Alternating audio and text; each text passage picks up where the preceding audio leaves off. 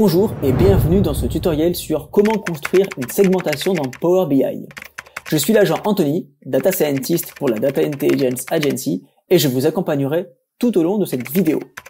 Dans ce tutoriel, je vais vous présenter comment construire automatiquement une segmentation dans Power BI et surtout comprendre comment interpréter cette segmentation afin d'éviter certains pièges. Voici un exemple ici d'un des résultats attendus. On va maintenant s'intéresser d'abord aux données que nous allons utiliser.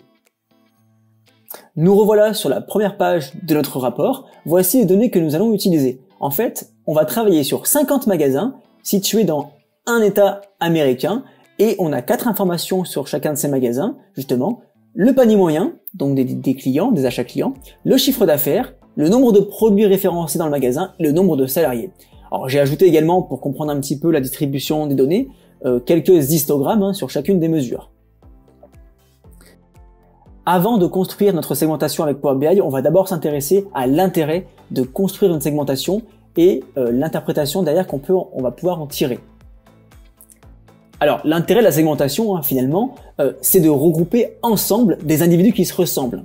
À première vue, c'est compliqué derrière, parce que chacun de nos magasins ici ont des caractéristiques différentes.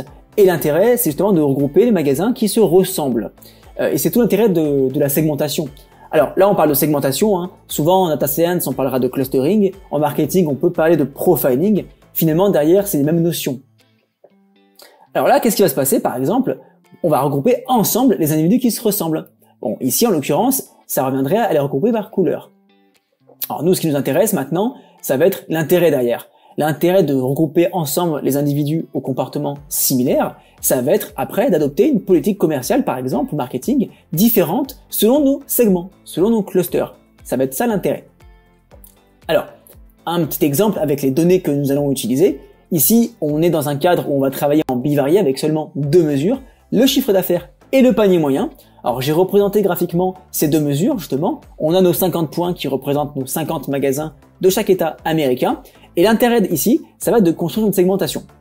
Alors, avec 2 mesures, c'est assez facile finalement, parce que on peut le faire un peu à la main. On aurait pu par exemple construire une segmentation basée sur quelque chose d'arbitraire et subjectif qui ressemblerait à ça.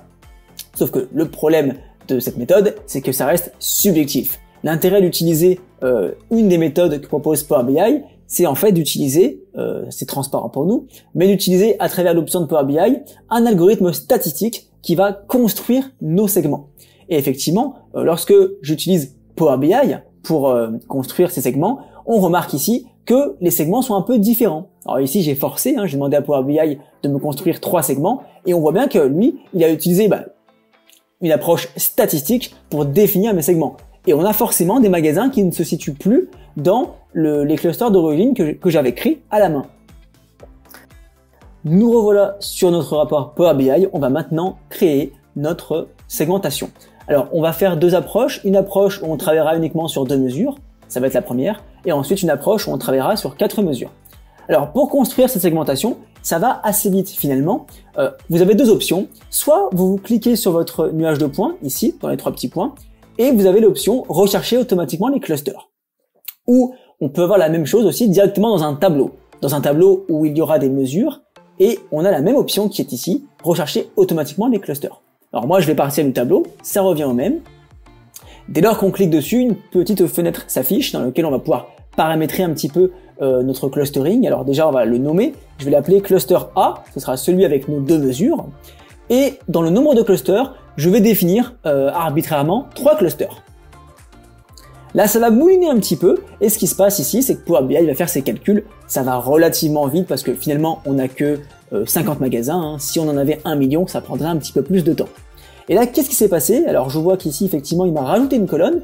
En fait, en l'occurrence, dans mes champs, ici, à droite, il m'a créé une dimension cluster A. Et en fait, c'est une dimension qualitative, textuelle, où j'ai 3 possibilités, cluster 1, 2 ou 3, parce que j'avais défini 3 clusters. Alors l'intérêt maintenant, ça va être de comprendre et de voir en quoi ces clusters sont différents. Et l'intérêt derrière, c'est d'afficher ça graphiquement. Alors je clique sur mon graphique, et en légende, je vais ajouter en fait ma dimension cluster A. Et là, ce qui va être intéressant, c'est que je vais avoir un code couleur pour chacun de mes groupes, chacun de mes clusters. Là, ça c'est visuel, hein. Je vois tout de suite en quoi mes clusters sont différents, mais ce qui peut être intéressant, c'est de travailler sur des profils moyens, justement. Et c'est ce que j'ai fait ici en amont dans un petit tableau, où j'ai calculé la moyenne globale. Maintenant, on va y ajouter une dimension en ligne ici, qui va être la dimension cluster 1. Voilà. Et là, ce qui est intéressant ici maintenant, c'est que je vais pouvoir comparer mes clusters à travers les profils moyens. Alors ici, on pourrait on va dire les dessiner un peu à la main, hein. On aurait un profil moyen qui serait à peu près ici, un profil moyen qui serait à peu près ici, et un profil moyen qui serait à peu près ici. Alors attention, hein, j'insiste, hein, dans Power BI, on ne peut créer de segmentation que sur des mesures, hein, ici. Hein. Ça veut dire que je ne peux travailler qu'avec des mesures pour créer ma segmentation. Si dans votre tableau vous ajoutez des dimensions telles que, je sais pas, ça peut être des régions, des pays, des catégories par exemple, Power BI n'en tiendra pas compte pour construire la segmentation. Parce que lui derrière, il va calculer le clustering, il va construire le clustering en se basant sur les mesures. Parce que derrière, il y a des calculs statistiques qui vont être faits. Donc attention, il faut bien être vigilant là-dessus. Alors ce qui est intéressant également dans Power BI, c'est que vous avez la main pour modifier votre clustering. Par exemple ici, on a 3 segments. Si je veux modifier tout ça, je clique dans mes champs, modifier les clusters, hop, et là d'ailleurs on va laisser ce que propose Power BI automatiquement. Alors, ce qui se passe en fait, hein, c'est que Power BI, il va vous proposer le meilleur clustering, ou en tout cas, le clustering qui vous permet de créer des groupes homogènes à l'intérieur. Et a priori, ici, dans notre exemple, ce serait en ayant 5 segments. On a donc créé un clustering basé sur 2 mesures. Maintenant, on va faire la même chose sur plus de 2 mesures. Alors je passe dans l'onglet d'à côté, et justement là on va avoir un petit problème, parce que là où visuellement tout à l'heure on pouvait construire, on va dire, une segmentation et voir visuellement en 2 dimensions dans le nuage de points à peu près comment la segmentation était construite, là sur plus de 2 mesures, ça va être compliqué justement de faire ce travail visuel. Donc on va adopter une autre démarche pour venir construire notre segmentation et surtout pour venir l'interpréter. Alors, je suis dans mon tableau ici, hop, je vais supprimer mon cluster A qui s'est ajouté par hasard tout à l'heure. Voilà, cette fois-ci, on va travailler sur 4 mesures, chiffre d'affaires, panier moyen, nombre de produits référencés et nombre de salariés. Et on va construire une segmentation où on va essayer de faire des groupes homogènes de magasins qui se ressemblent à travers ces 4 mesures. Alors derrière, même principe, je clique sur mes 4 points qui sont ici, mes 3 points, pardon, qui sont ici, rechercher automatiquement les clusters.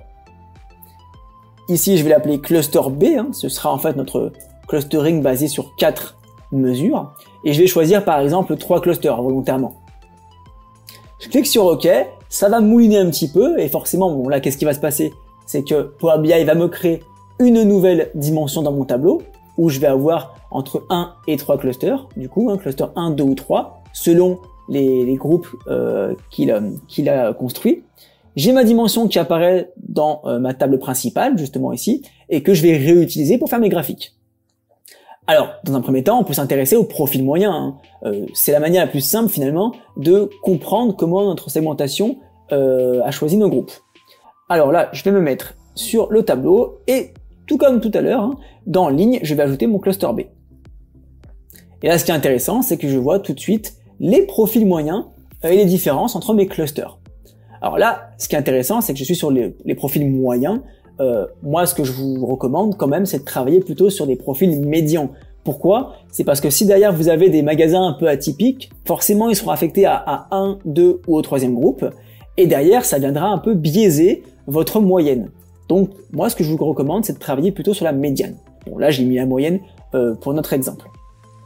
Et maintenant, on va aller voir un peu plus en détail comment nos groupes sont homogènes ou hétérogènes à l'intérieur et comment ils se différencient. On a un petit aperçu à travers la moyenne justement ou la médiane, mais maintenant on va le voir visuellement. Et pour ça, je vais utiliser un des visuels que j'ai présenté dans une autre vidéo qui est en fait le box plot, les boîtes à moustaches. C'est ce que je vais utiliser ici. Alors vous pouvez le retrouver dans une autre vidéo, mais également à travers le visuel box and whisker chart qui vous permet justement de visualiser ces box plots. Alors ici, je les ai déjà créés en fait, hein, on va simplement ajouter la catégorie qui est en fait notre clustering. Alors je vais mettre cluster B ici, Et ici, qu'est-ce qui se passe? Je vois en fait comment mes groupes, mes clusters sont différents les uns des autres. Alors je le vois à travers les différentes médianes ou les différentes moyennes, à travers le point noir qui est ici, que je retrouve là-dedans.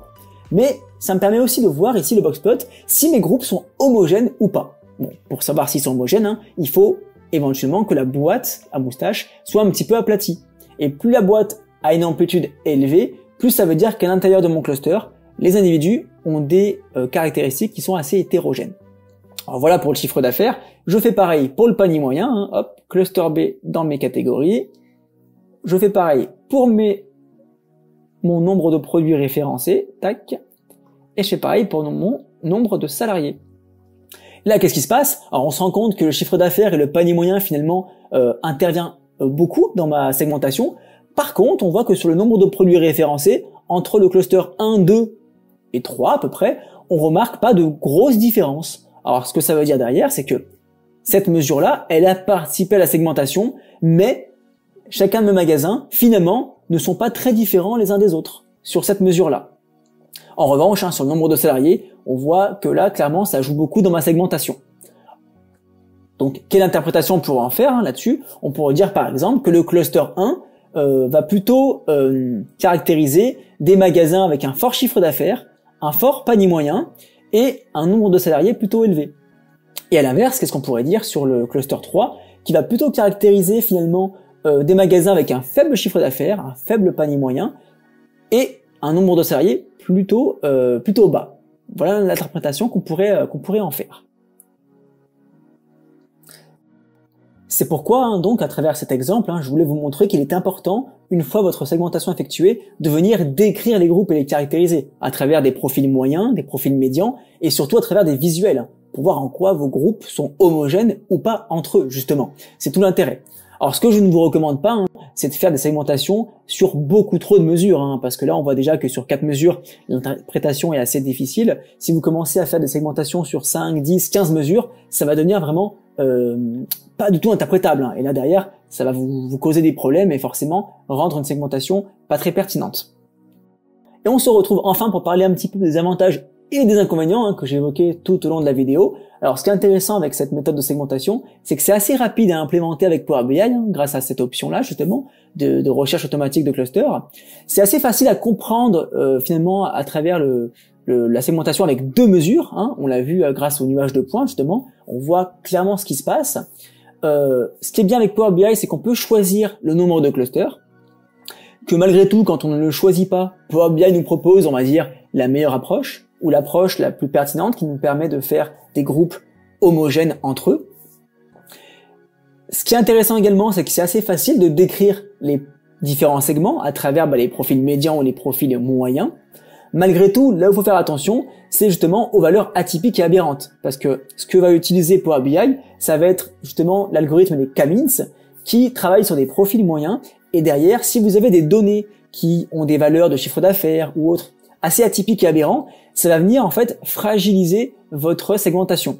Alors ce que je recommanderais plutôt, c'est en amont de travailler un petit peu sur ces valeurs atypiques et aberrantes pour exclure peut-être les magasins qui seraient un peu particuliers. Enfin, ce qui peut être délicat justement dans cette méthode-là avec Power BI, c'est le choix du nombre de clusters.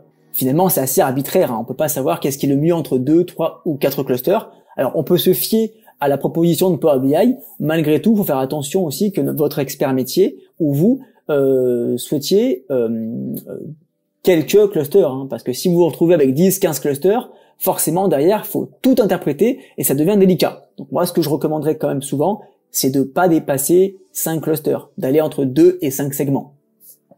Ce que je recommande également, c'est de ne pas travailler sur trop de mesures. On a vu qu'avec 2, c'est facile.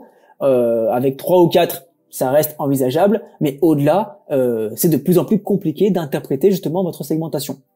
Et enfin, pour pas faire n'importe quoi et savoir aussi un petit peu ce qu'on fait, c'est intéressant d'avoir quelques bases en data science pour justement mieux interpréter et mieux maîtriser les mesures qu'on va utiliser et l'interprétation qu'on va faire de notre segmentation.